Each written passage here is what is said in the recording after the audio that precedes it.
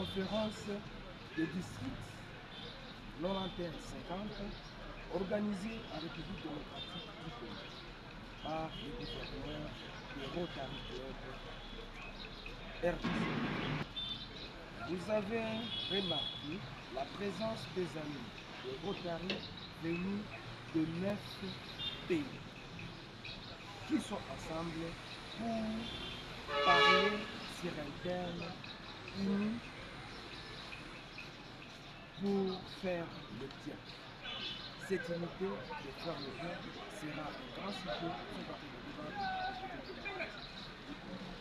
de nous vous rassurons qu'ils feront 3 jours de conférence pour des compromis.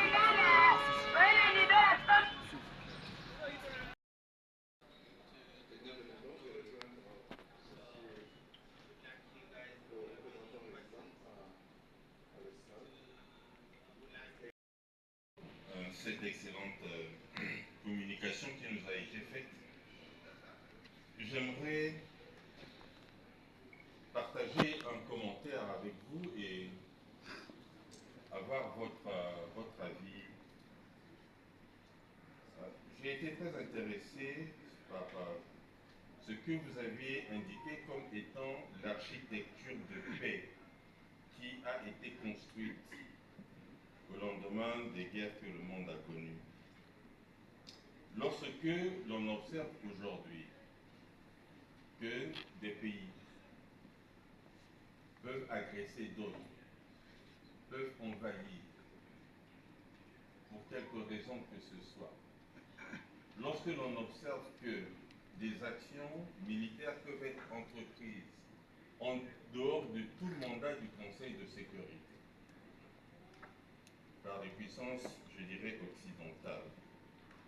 Et pourtant, la question du Conseil de sécurité, par exemple, participe de cette architecture de paix qui a été construite. Ma question, elle est la suivante.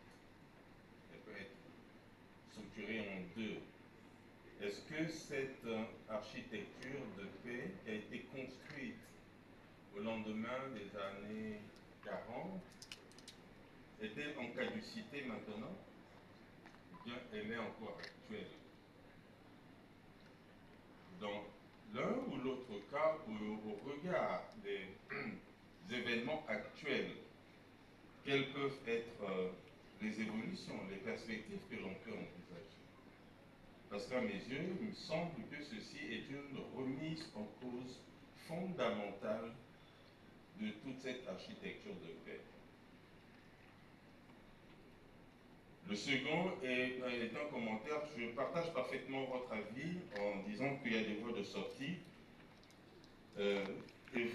Investir dans la jeunesse est un levier important. Mais aussi, c'est cette même jeunesse qui est manipulée.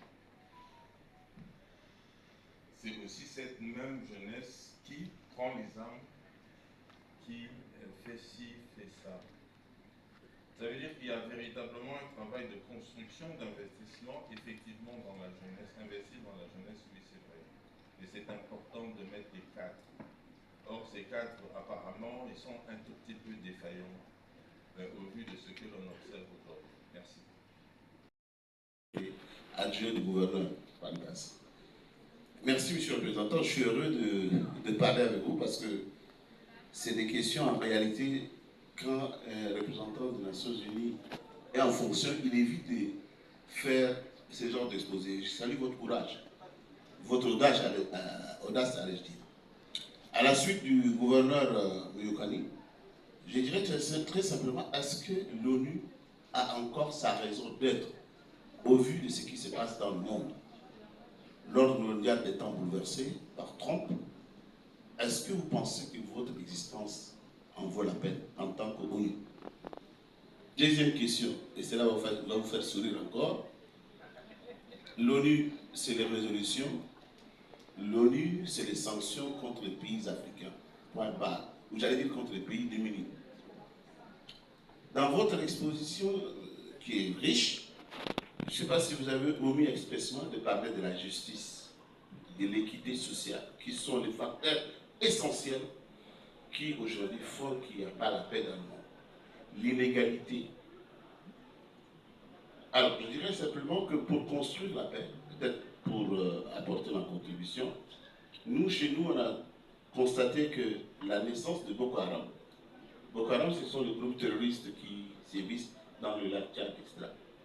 Ou la naissance d'autres groupuscules sont cependant dus au fait que des régions de nos parties, de nos pays, sont peut-être pas prises assez en compte dans le système de développement des pays.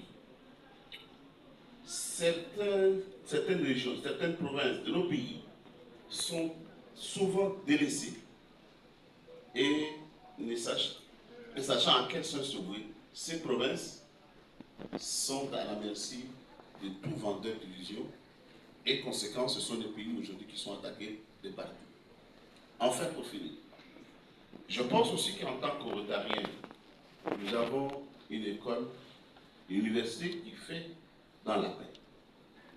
Et ça, je voudrais faire une suggestion aux représentants de l'Odari. J'ai pu voir un peu le programme de ces universités sur la paix. On ne prend pas assez en compte les réalités locales des pays en développement. Et je pense qu'aujourd'hui, mis à part les intérêts économiques qui font que le monde chancelle, il y a des intérêts sociaux qui ne sont pas pris en compte et cela remet en cause l'ordre mondial. Merci infiniment pour votre aimable attention. Je suis Marcelin Richard Elenga, PP du Rotary Club Brazzaville Dieu-Doyen. J'ai bien suivi le brillant exposé du représentant de l'ONU ici en RDC. Effectivement, la paix est importante pour tout le monde. Mais malheureusement, nous sommes dans une phase où elle devient difficile à maintenir, à préserver. Mais ce qui m'a beaucoup marqué dans votre intervention, c'est surtout le fait que dans la plupart des pays africains aujourd'hui, on justifie les problèmes de terrorisme et autres. Parce que c'est souvent les jeunes qui sont au front. Aujourd'hui, on parle de... On veut camoufler notre mal-gouvernance par la crise en Ukraine, aujourd'hui la crise au Moyen-Orient. Je disais dans un autre milieu, mais les pays africains ont eu quand même de la chance, ont eu même des moyens. Ça a commencé avec la Covid-19. Pourquoi on n'a pas renversé la tendance?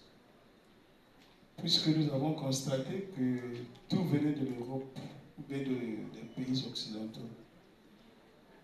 Pourquoi on n'a pas développé des cultures locales, la substitution aux importations?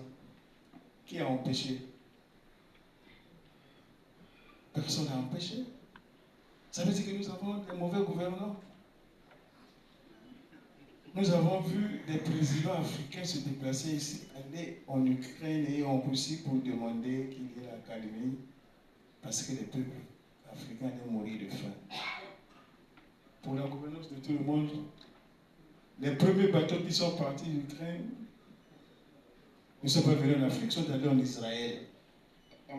Posez la question, s'il vous plaît, Charles. Ma question, c'est pour savoir, est-ce qu'aujourd'hui, l'ONU qui parle de la paix, qui est incapable de maintenir la paix, parce que l'ONU est devenue à géométrie variable, chacun se lève un matin, il dit de sa loi, quelqu'un l'a dit ici, et les représentants des pays au sein de l'ONU ne disent rien. Nous avons tous les prémices de la disparition de la SDN. Qu'est-ce que vous en pensez? Que pensez-vous du Conseil de paix de M. Trump par rapport à l'existence de l'ONU? Voilà un peu là où je voulais chuter. Merci. Merci. Question. Olga Kilamongo, je viens du club en Brazzaville Téléma, avec Congo en face. Alors, j'ai retenu que vous nous avez dit, mais je vous félicite déjà pour la présentation que vous avez à nous faire, parce que ça porte sur un sujet qui est capital. C'est une infrastructure, je dis toujours, la paix est une infrastructure qu'il faut bâtir, construire au même titre que les infrastructures physiques. Donc on dit ceci, que la paix ne peut plus être pensée uniquement sous un angle sécuritaire, d'après ce que vous nous avez dit, que les conflits trouvent leurs racines non seulement dans les inégalités internes, pauvreté, exclusion, injustice sociale, j'en passe. Moi j'ajouterais en plus, c'est que ça prend aussi racine sur les déséquilibres du système international. Parce qu'il y a des déséquilibres qui entraînent ces conflits aussi. Donc il y a des asymétries de pouvoir entre les grandes puissances et les pays les plus fragiles, qui influencent les règles du jeu. Puisqu'on fait même des importations et des exportations de conflits. Les grandes puissances se disputent, mais ils font des guerres sur des terrains beaucoup plus fragilisés. Alors, je me posais la question de savoir dans quelles conditions peut-on réellement construire une paix durable sans réellement que c'est un rééquilibrage de ces rapports de force entre pays plus fragiles et grandes puissances. Maintenant, après, j'ai atterri chez nous en Afrique. J'ai bien aimé quand vous avez dit que l'Afrique doit maintenir les équilibres, enfin maintenir la paix, que si on se rencontrait entre nous, et ce type de rencontre, aussi en fait partie, et sauf que ce que nous constatons souvent, c'est qu'au niveau supra, quand on regarde l'unité africaine, et même les zones économiques comme l'UEMOA, tout ce qui existe comme intégration régionale, ils prennent des lois. Mais malheureusement, sur les terrains, ces lois ne sont pas toujours appliquées. Je prends un exemple. Si aujourd'hui je suis au Congo-Brazzaville et je vais aller au Gabon, ça va être difficile. Parce que alors que la loi dit qu'il y a une libre circulation des hommes et des marchandises, donc on peut facilement aller au Gabon avec son propre passeport. Et si vous arrivez à l'aéroport du Gabon ou de Guinée équatoriale, ça va être vraiment un casse-tête chinois. À la limite, même vous mettre français, vous rentrez même plus facilement, ou américain, que si vous étiez congolais ou camerounais pour aller au Gabon. Ça pose des problèmes. Ça veut dire quoi? Ça veut dire que peut-être que les lois sont pensées mais ne sont pas partagées avec les populations et ceux qui, au quotidien, devraient faire impliquer ces textes. Un autre exemple encore, j'aime bien partager l'exemple. Quand on a ouvert la route Sembe en partant nord vers le Cameroun, normalement, je prends ma voiture avec ma plaque CEMAC, je roule pour aller au Cameroun sans problème. Mais tant que je suis une personne civile, ça passe.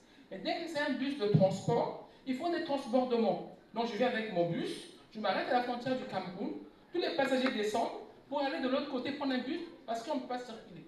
Ce sont tous des frais qui empêchent que les populations puissent se rencontrer entre eux et créer effectivement cette relation, cet échange, parce qu'il est très difficile de faire la guerre quand je te connais très très bien. Donc voilà un peu, je me dis alors comment alors construire une confiance durable entre États africains pour que justement on puisse avoir cette paix installée entre les peuples. Si les lois sont votées en amont et qu'en bas, ben, rien n'est fait. Voilà un peu mes interrogations. Merci.